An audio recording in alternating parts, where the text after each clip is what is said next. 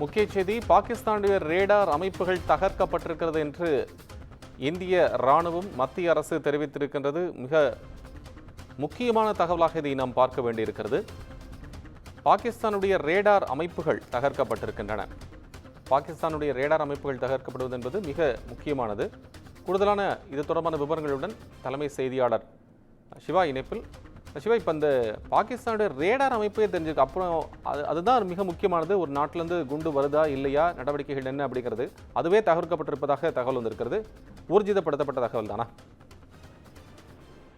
நிச்சயமாக. அதாவது பாகிஸ்தானுடைய வான்படை அமைப்பினுடைய ஒரு தலைமையகம், அதாவது பல்வேறு வான்படை அமைப்புகளுடைய தலைமையகம் இருக்கக்கூடிய நிலையில HQ-9, அதாவது ஹெட்குவார்டர்ஸ் 9 என்று சொல்லக்கூடிய ஒரு வான்படை அமைப்பினுடைய தலைமையகம் இந்திய ஏவுகணை மூலமாக தகர்க்கப்பட்டிருக்கிறது.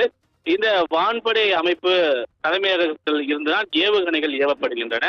இந்த ஏவுகணைகள் ஏவப்படக்கூடிய ஒரு அமைப்பு, ஒரு தலைமையகத்திலிருந்து வரக்கூடிய ஏவுகணைகளை முறியடிக்க இந்திய ராணுவம் தங்களுடைய ஏவுகணையை ஏவும் போது அது எங்கிருந்து வருகிறது என்பதனை துல்லியமாக கணித்து அந்த தலைமையகத்தையே தற்போது இந்திய ஏவுகணை தகர்த்தெறிந்திருக்கிறது. இதனால் அந்த தலைமையகம் முற்றிலுமாக சேதமடைந்திருக்கிறது. அங்கிருந்து செயல்பாடுகள் முற்றிலுமாக துண்டிக்கப்பட்டிருக்கின்றன. தொடர்ந்து பாகிஸ்தான் தங்களுடைய தாக்குதலை நிறுத்தவில்லை என்றால் அவர்கள் தக்க ஒரு பாடத்தை புகட்ட வேண்டிய ஒரு நேரமாக இது இருக்கிறது என்று வெளியுறவுத்துறை அமைச்சர் ஜெய்சங்கர் கூட சற்று நேரத்துக்கு முன்பு ஒரு எச்சரிக்கையெல்லாம் விடுத்திருந்தார். பாகிஸ்தான் செய்த தவறுக்கு தான், பாகிஸ்தான் குறிப்பிடுவதை விட பாகிஸ்தானில் இருக்கக்கூடிய பயங்கரவாதிகள் செய்த தவறுக்கு இந்தியா ஒரு தக்க பதிலடியை கொடுத்திருக்கிறது. ஆனால் பாகிஸ்தான் பயங்கரவாதிகளுக்கு ஆதரவான ஒரு நிலைப்பாட்டை தான் எடுத்திருக்கிறது.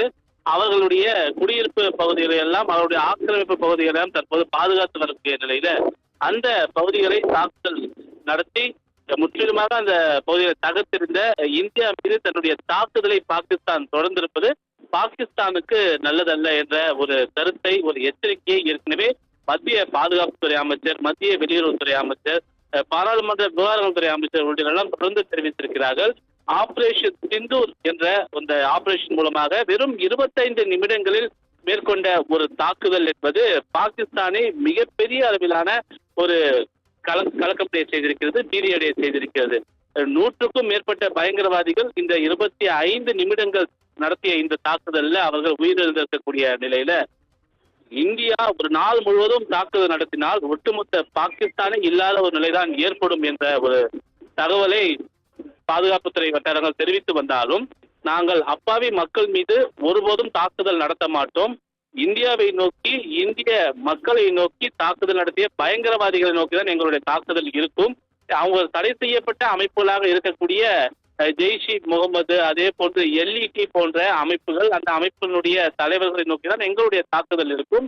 இதற்கு பாகிஸ்தான் ஆதரவாக இருந்தால் நிச்சயமாக எங்களுடைய பதிலடி நீங்கள் எதிர்பாராத வகையில இருக்கும் என்று தொடர்ந்து தெரிவித்து வரக்கூடிய நிலையில தற்போது அந்த வான்படை மையம், ஒரு முக்கிய மையத்தை இந்திய ரேடார் அமைப்புக்குள் அதை வந்ததை கணித்து அந்த தலைமையகத்தை HQ-9 என்று சொல்லக்கூடிய அந்த தலைமையகம் தற்போது முற்றிலுமாக தவிர்க்கப்பட்டு முழுமையான ஒரு சேதத்தை சந்தித்து வருகிறது.